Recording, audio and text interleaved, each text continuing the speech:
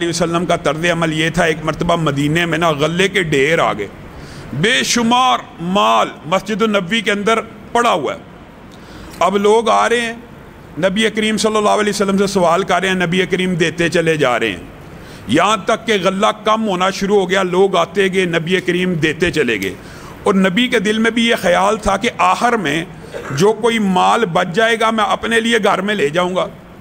اور امہات المومنین خود بیان کرتی ہیں کہ ہمارے ذہن میں بھی یہ خیال تھا کہ آج مدینہ کے گھر گھر کے اندر چولہا جل رہا ہے، آج محمد صلی اللہ علیہ وسلم کے گھر بھی کھانا پکے گا، عرصہ بیت گیا ہے۔ سارا غلہ تقسیم ہو گیا، آخر میں ایک چھوٹا سا ہار تھا جو نبی کریم صلی اللہ علیہ وسلم کا ارادہ تھا میں لے کے گھر جاؤں گا، کھانے پینے کا بندوبست کروں گا۔ نبی کریم وہ ہار لے کے اٹھنے لگتے ہیں کہ ایک سائل آیا اور نبی کریم کو کہتا ہے مجھے اس ہار کی طلب ہے، کوئی چیز تو بچی نہیں، آپ مجھے دے دیجئے۔ نبی کریم نے چپ کر کے وہ ہار بھی اس کو دے دیا۔ اب چادر جھاڑ کے گھر میں داخل ہوئے، امہات المومنین نے پوچھا اے اللہ کے رسول، آج تو مدینہ کے ہر گھر میں چولہا جلنے لگا ہے، کیا آج بھی ہم بھوکے سوئیں گے؟ تو رسول اللہ صلی اللہ علیہ وسلم نے کہا تمہارے بیٹے آئے تھے جو بھوکے تھے، میں محمد صلی اللہ علیہ وسلم کی غیرت نے اس بات کو گوارا نہ کیا کہ تمہارے بیٹے بھوکے سو جائے اور میں محمد کے گھر میں کھانا پک جائے۔ رسول اللہ صلی اللہ علیہ وسلم انفاق کے ساتھ عملی میدان کے اندر بھی اسی طرح تھے۔ صحابہ آئے رسول اللہ کے سامنے آ کے کہا اللہ کے رسول بڑی بھوک لگی ہے۔ کتنی بھوک لگی ہے؟ کپڑوں کو اٹھا لیا، ایک ایک پتھر باندھا ہوا میدے کے اوپر کو اس کو دھوکہ دیا جائے، بھرا ہوا ہے، بھاری لگے۔ رسول اللہ صلی اللہ علیہ وسلم مسکرانا شروع ہو گئے، کہا تم نے ایک ایک پتھر باندھا ہے، میں تمہیں زیادہ صبر کی تلقین نہیں کرتا، صرف تم میرا عالم دیکھو۔ نبی کریم نے کرتا اٹھایا، نبی نے 2 پتھر باندھے ہوئے۔ ایک وقت ایسا بھی تھا نبی کریم نے صرف 2 جانور قربانی پہ ذبح کیے۔ قربانی کی جو قدر و منزلت رسول اللہ نے بیان کی کہ خون کا قطرہ گرتا ہے اتنے گناہ معاف ہو جاتے ہیں، بالوں کے برابر، ضعیف اور صحیح حدیث ملا کے فضائل شان مناقب بیان کرتے چلے جا رہے ہیں۔ لیکن اس کا یہ مطلب ہے کہ خود کیا نہیں، میرے آپ جیسے نہیں تھے۔ خود رسول اللہ صلی اللہ علیہ وسلم کے پاس ایک وقت میں اتنا مال تھا، علی کو کیا حکم کیا؟ اٹھ علی، یہ سارا مال لے جا، اس کے بدلے میں 100 اونٹ خرید کے اللہ کی بارگاہ میں قربان کر دے۔ سارا مال ایک ہی دفعہ کئی مرتبہ رسول اللہ کی زندگی میں یہ موقع آیا۔ حضرت ابو بکر نے بھی انفاق کیا، لیکن رسول اللہ کا انفاق ان جیسا نہیں ہو سکتا۔ وجہ کیا؟ ابو بکر نے ایک مرتبہ جائیداد دی، اور بھی اسلام کی خدمت کی، عثمان نے کی، لیکن رسول اللہ صلی اللہ علیہ وسلم نے ساری زندگی جائیداد بنائی ہی نہیں۔ 100 اونٹ کا پیسہ ایک دن آیا، ایک ہی دن میں لٹا دیا، بکریاں آئیں ایک ہی دن میں لٹا دیں۔ اور یہی رسول اللہ صلی اللہ علیہ وسلم کی تربیت ہے، اپنے صحابہ کو وہی تربیت امت میں چلتی گئی۔ رسول اللہ نے اعلان کر دیا، ایک بندہ آیا رسول اللہ کے پاس، یہ میرا ہمسایہ ہے، اس کے پاس کھجور کا ایک تن ہے جو میری دیوار کے ساتھ لگتا ہے، یہ مجھے دے دے گا، میں چھت ڈال لوں گا۔ رسول اللہ نے کہا بلائیے، میں آپ کی سفارش کیے دیتا ہوں۔ اس بندے کو بلایا، اس بندے نے کہا جی آقا کیا حکم ہے؟ کہا اس بندے کو، میرے صحابی کو، یہ کھجور کا تنا دے دے، اپنی چھت ڈال دے گا، دیوار کو مضبوط کر لے گا۔ اے اللہ کے رسول اس کے بدلے میں مجھے کیا ملے گا؟ رسول اللہ صلی اللہ علیہ وسلم نے کہا اس کھجور کے خشک تنا جو تیرے کسی کام کا نہیں ہے، اس کے بدلے میں تجھے جنت میں کھجور کی گارنٹی دیتا ہوں۔ بندہ ذہین تھا، اس نے کہا رسول اللہ کے منہ سے الفاظ نکل گئے ہیں، لیکن قسمت کی بات ہے، کہتا میں تو جنت کے کھجور کے بدلے میں نہیں دوں گا، مجھے اس کے بدلے میں مال ملنا چاہیے۔ مدینہ میں یہ بات پھیل گئی، ابو دغدہ کے کان سے ٹکرائی، رسول اللہ کی بارگاہ میں حاضر ہوئے، کہا اللہ کے رسول یہ جو آپ کی آپشن ہے، یہ جو آپ نے ایک سودا اور تجارت بتائی ہے، کیا یہ صرف اس کے لیے خاص ہے کہ ابو دغدہ اگر خرید کے اس کو دے دے، ابو دغدہ کو جنت میں کھجور کا ایک پودا مل جائے گا؟ مل جائے گا۔ اصل بات یہی ہے، محدثین نے اس حدیث کے نیچے لکھا ہے کہ کھجور کا ایک پودا جنت میں لگنے کا مطلب یہ ہوتا ہے کہ جنت میں سیڑھ پکی ہو گئی ہے۔ جب اللہ کسی بندے کا حملہ ولا قوت الا باللہ سبحان اللہ پڑھتے جائیں، کھجور کے درخت لگاتے جائیں جنت میں، سینکڑوں ہزاروں کھجور کے درخت جنت میں لگے ہوئے ہیں، تو اللہ تعالیٰ اتنا کریم ہے، پھر بندے کو آگ میں نہیں ڈالے گا، جہاں پہ درخت لگے ہوئے ہیں وہاں پہ ہی بھیجے گا۔ ابو دہدہ کے برین میں یہ بات آ چکی تھی کہ یہ سودا کھجور کے درخت کا نہیں ہے، یہ جنت کا سودا ہو رہا ہے۔ کہا اچھا میں جاتا ہوں، اس کے پاس گئے، لمبا چوڑا واقعہ مختصر کرتا ہوں، سودا ہوا، بارگیننگ ہوئی، ایک کے بدلے 10 20 30 نہیں مانا۔ ابو دہدہ نے کہا میرا 500 کھجوروں کا باغ ہے، صرف کھجوریں نہیں زمین سمیت اس خشک تنے کے بدلے میں تجھے دیتا ہوں، اب سودا منظور ہے؟ کہا منظور ہے۔ ابو دہدہ گئے، اپنے باغ کے باہر کھڑے ہوئے، اندر بھی داخل نہ ہوئے، بیوی کو آواز لگائی باہر آ جا، جیب میں جو پیسے تھے وہ بھی اس جگہ الٹ دیے کہ اس باغ کی کمائی ہے، باغ کا سودا کر کے آ رہا ہوں۔ بیوی نے آواز دی کہاں بلاتے ہو؟ کہا یہ سارے کا سارا باغ، یہ گھر، یہ پورے کا پورا علاقہ 500 کھجوروں سمیت ایک خشک کھجور کے تنے کے عوض بیچ آئے ہو، ایک خشک کھجور کے تنے کے عوض یہ کیسا سودا کر کے آئے ہو؟ اے بیگم تم سمجھی نہیں، اس خشک کھجور کے بدلے میں اللہ کے رسول نے جنت کی ایک کھجور کا وعدہ کیا ہے۔ بخ بخ اے ابو دہدہ، تو نے بڑا اچھا سودا کیا، تو نے بڑا عمدہ سودا کیا۔ بیویاں بھی دیکھی کیسی ہیں، اسی وقت نقاب چادر پکڑی، پورے کا پورا باغ چھوڑا، باہر نکل آئی۔ اور پھر آگے جو واقعہ نا حدیث کے اندر بندے کا کلیجہ ہل جاتا ہے۔ رسول اللہ صلی اللہ علیہ وسلم اس ابو دہدہ کے جنازے کے اوپر کھڑے ہیں، رسول اللہ کو یہ سارا واقعہ یاد آ رہا ہے کہ ابو دہدہ نے یہ کیسا کام کیا تھا۔ حدیث کے بہت سے ٹکرے ان کی فضیلت کے اوپر دلالت کرتے ہیں۔ رسول اللہ نے ایک جملہ یہ کہا، ابو دہدہ کے جنازے کے اوپر میں دیکھ رہا ہوں کہ اس کھجور کے ایک درخت کے بدلے میں 1,00,000 جنت کے اندر کھجور کے درخت ابو دہدہ کے جنازے کے اوپر جھکے پڑے ہیں۔ اور بعض روایات کے الفاظ یہ ہیں، ابو دہدہ تو نے اتنا عمدہ سودا کیا ہے کہ میں نے آسمان میں تیرا 1,00,000 کھجوروں کا باغ دیکھ لیا۔ آپ 700 کی بات کرتے ہیں، یہاں لاکھوں کی بات ہے، اور یہ صحابہ ہیں، آپ نے ان کے واقعات سنے ہوں گے، یقین مانیے یہ کتنا طویل موضوع ہے، انسان صرف واقعات سناتا جائے انسان حیران رہ جائے۔ آپ نے سنا ہوگا ایک صحابی نے صدقہ کیا ایک جانور کی سر کا، 7 گھروں سے ہوتا ہوا انہی کے پاس واپس آ گیا، صحابی جان نکل رہی ہے، صدقہ صرف اور صرف پیسے کا نہیں ہے، صدقہ اچھی بات کا بھی ہے، ہر جوڑ کے اوپر مسلمان کے صدقہ لازم ہے، اور ہر روز آسمان سے 2 فرشتے اترتے ہیں، ہر روز 2 حدیثیں مختلف مفہوم ان کا یہ ہے کہ ایک فرشتہ اتر کے یہ کہتا ہے اللہ جو آج تیری بارگاہ میں خرچ کرتا ہے اس کے مال میں اضافہ کر، آج کا لفظ ہے۔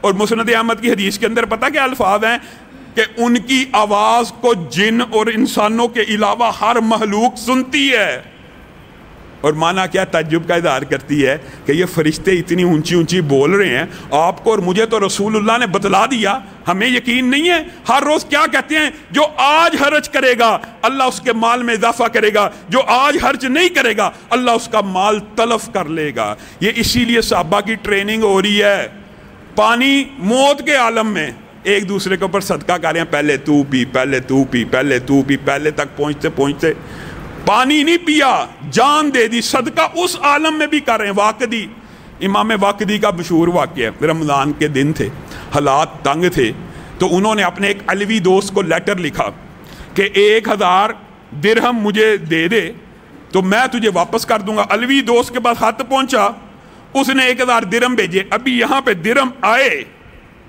تو ایک شامی دوست کا ہاتھ آ گیا کہ مجھے 1000 درہم کی ضرورت ہے، امام واقعی جو اپنے لیے منگوا کے بیٹھے ہوئے ہیں اس کو بھیج دیتے ہیں۔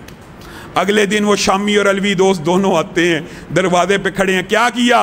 شامی کو بھیج دیے، شامی نے دوبارہ علوی کو بھیج دیے، تینوں دوست کٹھے ہوئے، کہا پھر حاجت تو تینوں کو ہی ہے، تو 300 درہم آپس میں بانٹ لیتے ہیں۔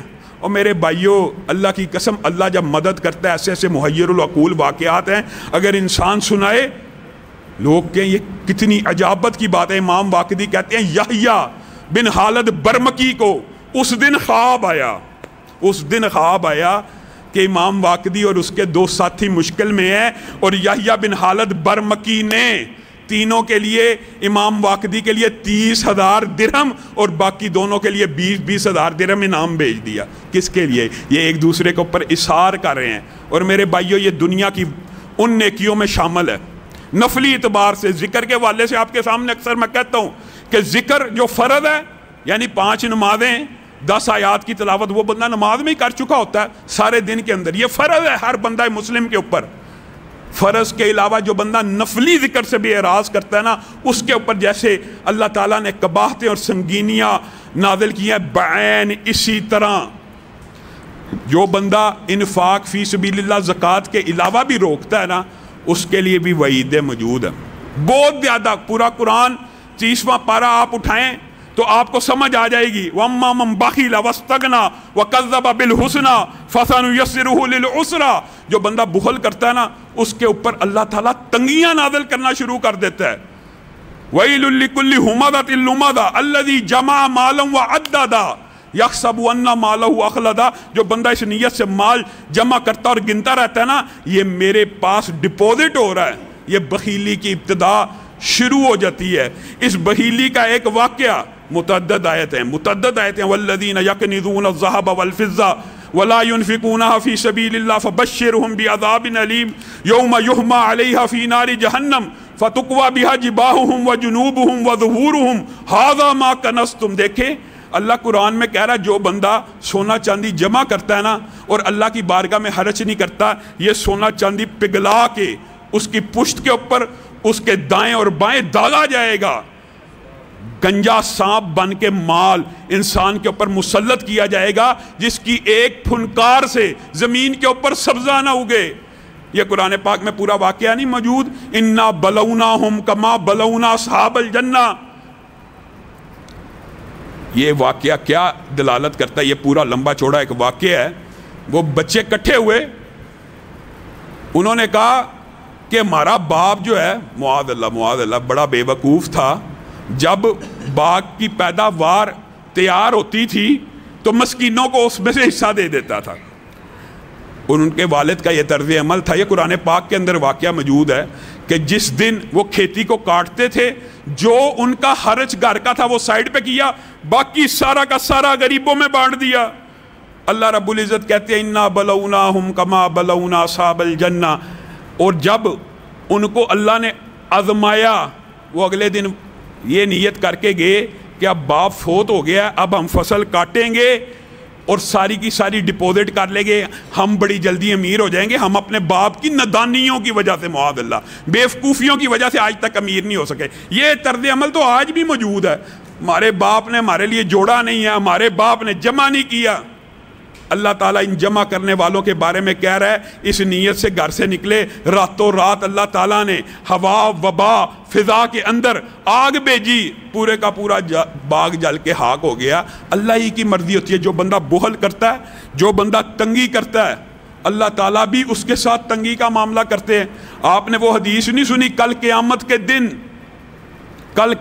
کے دن ایک بندہ آئے گا اس کے پاس نیکیاں کوئی نہیں ہوں گی اس کے گناہ کافی زیادہ ہوں گے. بندہ پریشان ہو جائے گا. فرشتے پوچھیں گے ہے کوئی نیکی یاد کر کہے گا مجھے کوئی نیکی یاد نہیں آتی. اتنی سی بات ضرور یاد آتی ہے. اتنی سی بات یہ دیکھیے صدقے کی ایک قسم یہ بھی ہے. اتنی سی نیکی یاد آتی ہے. میں اپنے ملازموں کو ایک بات کہا کرتا تھا جب کسی بندے سے میری گرائی کرنی ہو پیسہ واپس لینا ہو اگر وہ کوئی عذر پیش کرے مجبوری پیش کرے اس کے پاس پیسے نہ اس پہ سختی نہیں کرنی. میری بس مجھے یہی نیکی یاد ہے. اس کی اس نیکی کو پلڑے میں ڈالا جائے گا اور حدیث میں مختلف سندوں کے ساتھ الفاظ مختلف ہیں. اللہ رب العزت اس بندے کو کہے گا کہ اگر تو بندوں سے نرمی کرتا ہے تو تیرا رب بندوں سے نرمی نہیں کرے گا. اسی طرح بنی اسرائیل کی روایات موجود ہیں. اسرائیلی روایات کے اوپر ان کو بیان کیا جا سکتا ہے. ان کے سچے اور جھوٹے ہونے کا فیصلہ اللہ کو پتہ ہے. اسرائیلی روایات میں بعض ایسی عجیب و غریب باتیں موجود ہوتی ہیں بندہ حیران رہ جاتا ہے. ایک نبی کا ایک امتی تھا اللہ نے اس کو کہا پہلے 50 سال مال زیادہ چاہیے کہ آخری 50 سال مال زیادہ چاہیے. تیری زندگی 100 برس ہے 50 برس آسانی کے ہیں اور 50 برس مشکل تنگی کے بغیر رزق کے ہیں. تیری تقدیر میں لکھیں کون سے پہلے چاہتا ہے.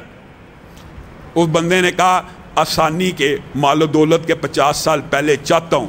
اب حضرت موسیٰ دیکھ رہے ہیں اس بندے کو کہ اس نے 50 سال آسانی کے پہلے لے لیے ہیں. اب وہ 50 سال کیسے گزار رہا ہے؟ پتہ ہے 50 سال اللہ نے کھلا رزق دینا ہے. جو پیسہ آ رہا ہے غریبوں میں بانٹ رہا ہے، جو پیسہ آ رہا ہے غریبوں میں بانٹ رہا ہے. 50 برس گزر گئے. حضرت موسیٰ منتظر ہیں کہ آج کے بعد اس کا رزق تنگ ہونے لگا ہے. 1 سال گزرا، 2 سال گزرا، 3 سال گزرے، 10 سال گزر گئے. حضرت موسیٰ نے کہا اللہ یہ کیا ماجرا ہے؟ آپ نے تو 50 برس کا صرف اس کے لیے رزق لکھا تھا. تو اللہ نے کہا جو بندہ میرے راستے میں حرج کرنے سے نہیں رکتا میں کیسے رک سکتا ہوں؟ بنی اسرائیل کے اور واقعات میں ایک واقعہ حضرت عیسیٰ کا بھی معروف ہے. میرے بھائیوں، جو بندہ دنیا کی زندگی کے پیچھے بھاگتا ہے نا، وہ دنیا کی زندگی کیا ہے، کتنے روز ہے، حیران ہو جاتا ہے. ایک کرونا وبا کے اندر ہی بندہ سوچ لے پراپرٹیوں کی کیا حیثیت رہ گئی ہے، مال کی کیا حیثیت رہ گئی ہے. اس وبا نے اگر کوئی سمجھنا چاہے، عبرت پکڑنا چاہے تو اس سے پکڑ سکتا ہے. اللہ کی قسم قل هل ننبئکم بالاخسرین اعمالا الذین ضل سعیهم فی الحیاۃ الدنیا وهم یحسبون انهم یحسنون صنعا. کیا عظیم آیت اللہ نے قرآن پاک میں نازل کر دی ہے. میں تمہیں ایسے بندوں کی خبر نہ دوں جو صرف پوری کی پوری زندگی گھاٹے کا سودا کر رہے ہیں. اے اللہ وہ کون سے بندے ہیں؟ الذین ضل سعیهم فی الحیاۃ الدنیا. ایسے بندے وہ ہیں جو صبح گھر سے سوٹڈ بوٹڈ ہو کے نکلتے ہیں کہاں؟ کارخانوں کی طرف، دکانوں کی طرف، دنیا کی زندگی کی طرف، پیسے کمانے کی طرف. الذین ضل سعیهم فی الحیاۃ الدنیا، پوری زندگی دنیا کمانے کے پیچھے گزار دیتے ہیں. وہم یحسبون انہم یحسنون صنعا، اور وہ گمان کرتے ہیں ہم نے اپنے بچوں کو بڑا اچھا مستقبل دے دیا، ہم نے اپنے بچوں کے لیے پلادے بنا لیے، ہم نے اپنے بچوں کے لیے گاڑیاں بنا لیں. اللہ کی قسم اپنی طرف سے تفسیر نہیں کر رہا. آپ قرآن کی آیت کی یہ تفسیر جا کے پڑھ لیجئے. مفہوم یہی نکلتا ہے کہ جس بندے کا مطمع نظر اس دنیا کے اندر صرف دنیا کمانا ہو. ایسے بندے نہیں جو دنیا بھی کما رہے ہیں اور اللہ کے حقوق بھی پورے کر رہے ہیں، وہ بندے اس بات سے مستثنیٰ ہیں. وہ بندے جو ہر روز صبح اٹھتے ہیں، دکان اس نیت سے جاتے ہیں بیوی بچے کا پیٹ بھر جائے، واپس آتے ہیں بیوی بچوں کا پیٹ بھر جائے، صبح اٹھتے ہیں بیوی بچوں کا پیٹ بھر جائے، بیوی بچے اچھی تعلیم حاصل کر لیں، بیوی بچے راضی ہو جائیں. الذین ضل سعیہم فی الحیاۃ الدنیا وہم یحسبون. اللہ کہہ بھی یہ رہا ہے ان کو مغالطہ اللہ نے ایسا ڈالا، شیطان نے ایسا وسوسہ ڈال دیا ہے، وہ بڑی اچھی زندگی گزار رہے ہیں. یہ ایسے بندے ہیں کہ کل قیامت کا دن ہوگا فَلَا نُقِيمُ لَهُمْ يَوْمَ الْقِيَامَةِ وَزْنًا. جو صرف دنیا کی زندگی کے پیچھے بندہ بھاگتا ہے نا، وہ بندہ یاد رکھ لے، ہاں دنیا کو کما رہا ہے، اللہ کی بارگاہ میں خرچ کر رہا ہے، دنیا کو کما رہا ہے، فرائض پورے کر رہا ہے، دنیا کو کما رہا ہے، حقوق العباد پورے کر رہا ہے، دنیا کو کما رہا ہے، صلہ رحمی، زبان، حفاظت، ہر چیز پوری کر رہا ہے، وہ بندہ اس سے باہر ہے. لیکن جو صرف دنیا، ہم میں سے اکثر بیشتر ہمارا تعلیمی نظام اس بنیاد کے اوپر قائم کیا گیا اچھی زندگی گزر جائے، بس اچھی زندگی گزر جائے. یہ تعلیمی نظام ہے ہی نہیں. اچھی آخرت ہو جائے، وہ ارب سال کی زندگی اچھی ہو جائے، یہ نظام ہی نہیں ہے تعلیم کے اندر. ہمارے تعلیمی نظام میں یہ شک ہی موجود نہیں ہے. ہم نے صرف اس دنیا کو اچھا گزارنا ہے. جو بندہ صرف اس دنیا کو اچھا گزارنے کی سوچتا ہے فَلَا نُقِيمُ لَهُمْ يَوْمَ الْقِيَامَةِ وَزْنًا. کل قیامت کے دن ان کا میزان ہی نہیں تلنا، میزان ہی نہیں تلنا. اللہ رب العزت جو کہا گیا، جو سنا گیا، اس کو سمجھنے کی توفیق عنایت فرمائے. قم للصلاة إذا المؤذن كبارا، أقبل لربك مسرعا متطهرا.